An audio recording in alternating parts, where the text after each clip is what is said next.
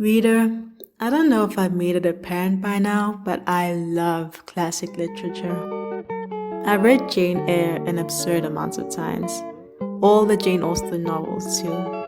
Not just that, I love historical fiction. I'm a Ken Follett stan, have been since high school. I read and continue to read fiction from all time periods.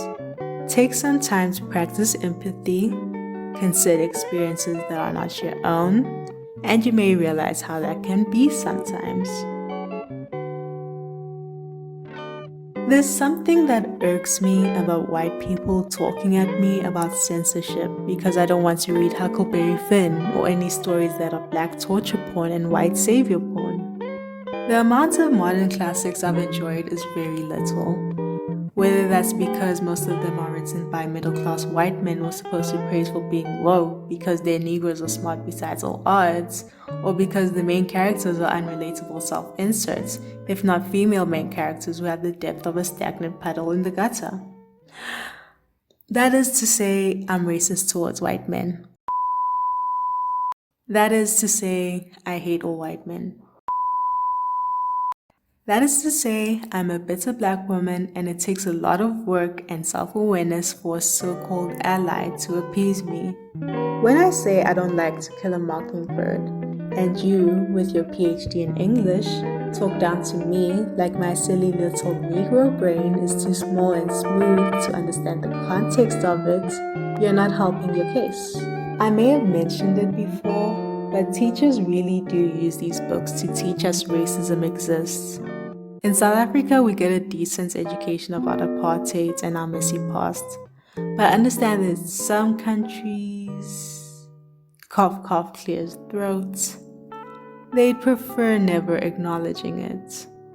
So yes, clearly the black people were human too, even back then.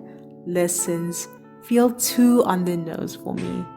But if you grew up in a house that's teaching you that blacks just like to make themselves the victim, maybe it's needed. Moving on, I suppose white people love discovering that racism exists through fiction. But I don't have that need. I know what happened. I'm seeing the effects of it in my family even all these years later. So no, I don't need a white lady eager to say the N-word teaching me that racism exists and racism is bad. I know. I get it. But HiipsterGlasses, the cancel culture woke mob, 1984 communism, Antifa. I'm not saying stories aren't allowed to exist. I'm not saying they're not important. I don't judge you if you enjoy them. I'm just saying y'all need to give black people the chance to opt out. But hipster, knowledge is power and the book's pen sword education. I hear you, but I'll say it again. Black people don't need fiction to tell them racism exists. We know. We get it. We suffered through countless history lessons about it. We see it to this day. I'd much prefer to go out of my way to research the topic on my own than find some profound insights in a book from the 40s. I wish teachers would stop using that whole subgenre as set reading in schools. There's so many significant, more fun stories to discover.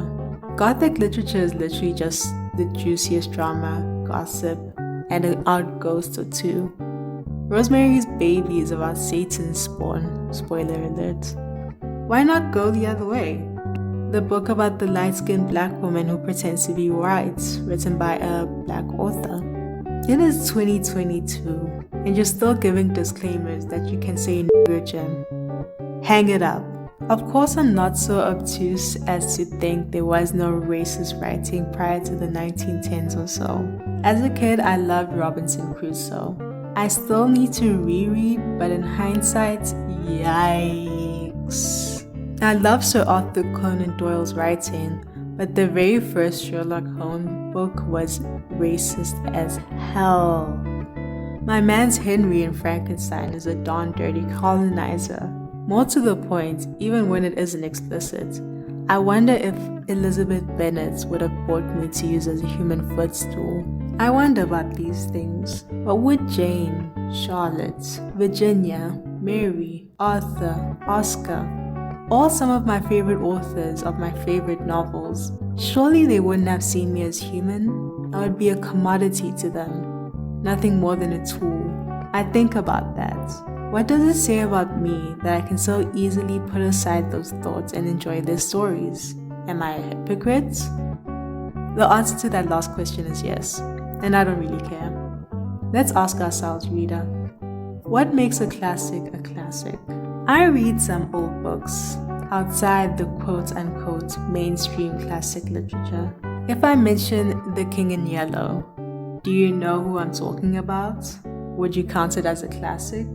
What about Anne, the lesser marketed Bronte sister? Is her book a classic? Does classic mean a book that's old? A book that's old and good? I'd argue that there are so-called classics that are way too overhyped and are decent at best. Okay, Google, what is a classic? A classic is a book which with each rereading offers as much of a sense of discovery as the first reading. A classic is a book which even when we read it for the first time gives the sense of rereading something we have read before. A classic is a book which has never exhausted all it has to say to its readers. So a novel is a classic when it has contributed overall to literature. Reader, who decides what contributions are significant? Who has that job belonged to historically? Who were the authorities? Who would act as judge and jury? Reader, my fellow reader, I'll make the bold assumption that you're watching this because you love reading as much as I do. I propose to you this idea. Everyone has their own mental library of classics. Books that you fall in love with, books that leave you feeling different, that make you think about them years later, that you'll come back to over and over and over. Do they not contribute to your overall understanding of literature? Mine includes Jane Eyre, Pride and Prejudice, Gone by Michael Grant, The Hunger Games, Matilda by Roald Dahl, The Faraway Tree. For you it may have been a Goosebumps book. Maybe it's Pretty Little Liars, maybe it's Twilight. What makes a classic classic, what gives it longevity, is how much we can take from it. I first read Jane Eyre when I was 11, and I love it as much now as I did then. Were I in Charlotte's time, in an alternate universe, and I read it then, I would have loved it then too. Sympathy, empathy, feminine tenacity spans the generations. Why the hell is Pride and Prejudice so funny? It's relatable. Darcy fumbling because of social anxiety? Middling moms forcing you into relationships? Idiotic little siblings getting into trouble that you have to dig them out of? Hello? Alexa, pull that corny "we're all the same on the inside" meme. In essence, reader, humans will be humans, will be humans, will continue to be humans. I read to escape.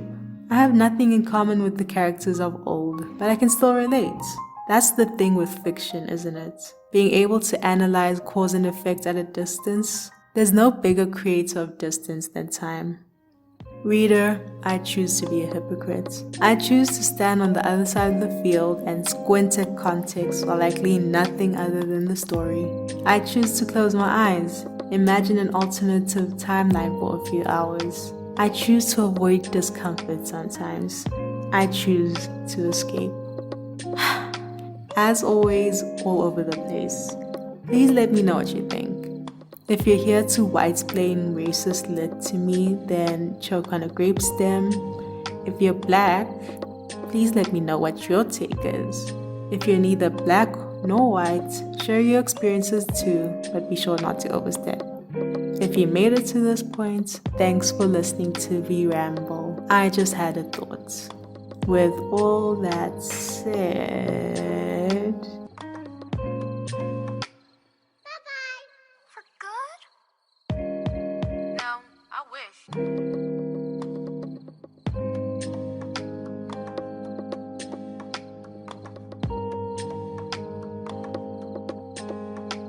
Sympathy, empathy, feminine tenacity.